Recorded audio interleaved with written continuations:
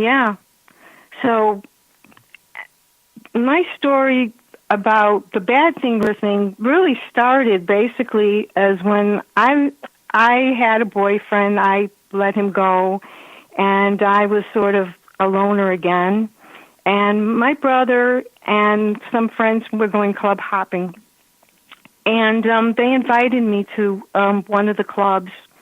And they said, "Well, this person named Joey Mullen, he's going to be playing tonight." Not tonight, but he was going to be playing a certain night. And I either said, you know what you should do? You should go to the store because you probably don't know much about Badfinger, is buy Baby Blue. And so I went to the store and I bought the 45, but I never played it. Oh. Now, I never played it, and I was planning on playing it, believe it or not. And 2 days before the concert, I came down with bronchitis. And I could not go to the show. And my brother said, give me the record, and I'll take it over and see if Joey will sign it for you. Oh. So here I am, sick as a dog, and they're at the show, and I'm up because I had coughing fits, and they brought home a signed Baby Blue from Joey, and he said, get well. Oh, my goodness. And it made me feel so much better. I mean, just miraculously, I started feeling so, it's like opening up a window, and then the sun comes in and just shines on your face, and you hear like, la, like an aha moment. Yeah. It was like that. And I tried very hard, when I was well, tried very hard to see him, and every time I tried to see him, he canceled concerts. And this happened 2 or 3 times. So I never really got a chance to see him. By that time, I got married. I had a child. And basically we watched something called JBTV. My son grew up on JBTV. It's a local music show, and we used to watch it all the time. And some time had passed, and this is how I really got into writing, to tell you the truth. There was, you might even heard of this, there's a show called Nowhere Man. And it was about somebody whose identity was taken away from him. And I was watching the show. Yeah, I remember. And that's wonderful. It was a great show, believe it or not. And so I missed some of the episodes, unfortunately, but I was able to get them later on. But I had a dream, and in this dream, I saw some things that I could write. And I wrote around this dream. And I made up my own character named Todd Anderson. And I put Todd Anderson, I made like 2 stories. It was one whole story, but I had to break it up into 2. What happened was I had a writer friend, and I didn't know where to go with the story. I started sending it out, believe it or not, and I was getting rejection after rejection. So I was like, well, I don't know what I'm doing. She said, there's this place called the National Writers Association, and you should send your story to them. So I did, and I paid the $50 yearly fee because they had a membership. And they told me I was writing in old style. And I'm like, my heart just dropped because here I wrote 800 pages, and they're telling me that I have to turn it around to showing instead of telling. And she gave, unbelievable, she gave me a book, and I learned from the book, and I turned the whole story around. I did it. I turned it around. Wow. And I sent it to her, and she said, now what we have to do is we have to edit it. Now, at that time, I knew about computers, and because of my husband, he was an IT person, so he taught me a lot. And so basically, what I did was I started sending her pieces through snail mail. That's the only way you could do things at that time. Right. So it took 6 months, and I would say $1,400 in the hole. I wanted to fix up my basement, but I used the money for editing, and because my husband said we couldn't do both, because I had a passion for writing, and I had a passion for getting this out. And I started sending it out again and started getting more rejections, and that took another 6 months, unfortunately. But Right. a friend of mine said to me, another writer friend said, hey, there's this one place online. Why don't you send your story in? Maybe they'll take it. And I did, and they took it. Now, everything seemed hunky-dory. We went through the contract, a lawyer and I, and he said, everything looks good. He says, go ahead and publish with them. So I did publish with them, and I had a book launch party, and I sold about 6 books at the launch party at the time, and I was very, very happy. I mean, I was just ecstatic. And I was also going to a community center, and I had a launch party there, and I sold another 6 or 7 books. Now, what happened was, while this was going on, I was getting about $1.29 as my royalty. That was Right. it. That's typical. It's a typical thing. And they said that they would send out press releases for me, and I could do book signings. So they sent out the press releases, and all of a sudden, I get, we sent out the press release. You have to follow up with them. So I followed up with them, and this is when things really went wrong. And they were telling me, we don't want to deal with this publisher.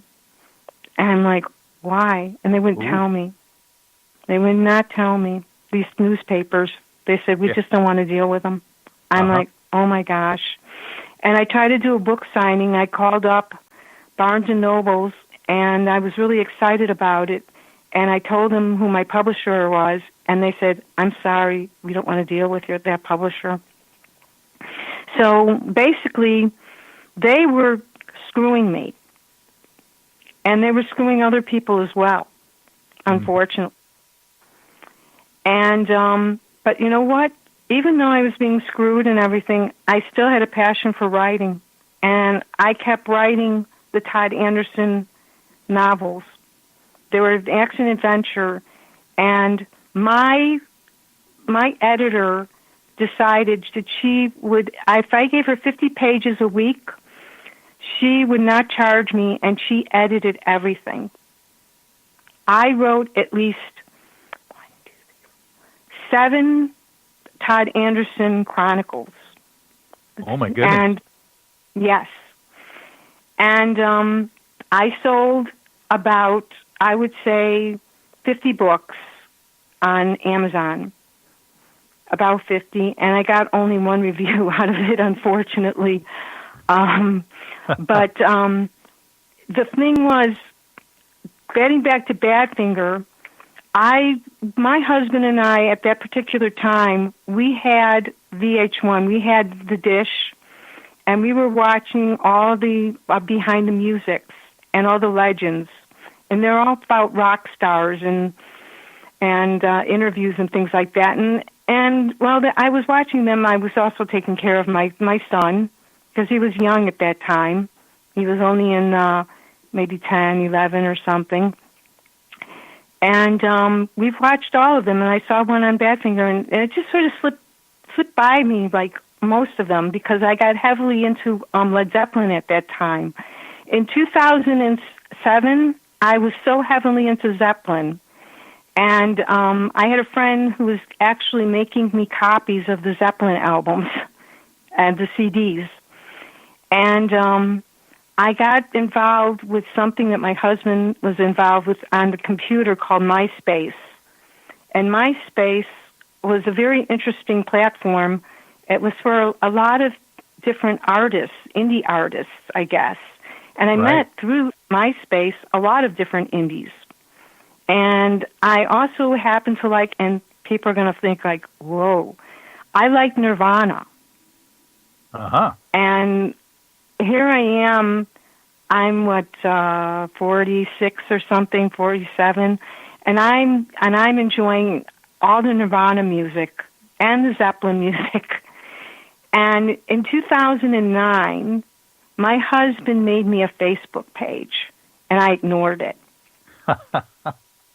I ignored the Facebook page. I said, no. I'm busy with MySpace. I'm not going to go to this page. And what happened was, in 2014, he had a little radio station, and he asked me to put away some CDs. Now, we would go every year since we've met, even our first time, we would go to this record place. It was like a benefit thing for people who had, I don't remember, it was muscular dystrophy or something, but they had a tent and they would have records. And we would pick records and CDs and stuff like that. And I came across Badfinger, and I recognized Joey on the cover. And I'm like, oh, this is Joey. And I went ahead and I put in the CD into the CD player, and I heard a song come out at me called Rock of All Ages. And I said, my gosh, this sounds like a Beatles song. Yes. And I was telling my husband about it. And he said, really? I said, yeah, listen to it. And then I decided to listen to more of the music, and I read some of the liner notes. And by that time, I'm like, wow, this is really interesting. And I thought, I'm going to join Facebook. And the first thing I did join was a Led Zeppelin group, of course. I mean, Creature of Habit. Uh-huh. But then I asked my husband about Badfinger. I said, oh, you can join groups. And I joined a Badfinger group. And when I joined the group, I found out everybody was hurting about Badfinger and Tommy Evans and Pete Ham's death. And I felt so bad. I can't tell you how I felt. And so I decided to write a snippet of them being in heaven and being happy. And there were certain people like Brian Jones that were in there. And there was one other guy, I can't remember his name now, but he's actually in the snippet. And I got all these likes and comments from it. Oh, I'll bet. It was really amazing. I had something like 200 likes and comments. And I decided to elaborate on it a little bit more. And before I knew it, I said to myself, you know what? There's got to be a beginning. Because how did these people get into the story besides Tommy and Pete? How did they meet them? So I started to write a thing about Sharon. And Sharon was the one who was the catapult to the story. And she had her adventures with Brian Jones. And while I was writing this, people were loving it. Even though it wasn't about Tommy at that time, they were enjoying it because it had Brian Jones in it. And I just kept on writing it. And before I knew it, I came to the point where Tommy was supposed to go to heaven. And she wanted to know about, she read in the newspaper, because she worked at the Chicago Tribune like me, and she wanted to know more about Tommy. And she felt really bad for him. Meanwhile, she's asking Brian, she says, can you look up Tommy and find him? And Brian is like, no, I don't think I can. I don't know where he is or anything like that. Meanwhile, I'm like, how am I going to put Tommy in the story? And I found a way. Now, I put Tommy in the story, and then this is when the real interesting stuff happened. I actually, one day, was sitting down on my couch, and I had a vision. And in the vision, I had put down a table, a spiritual table, with pizza and tea. And I knew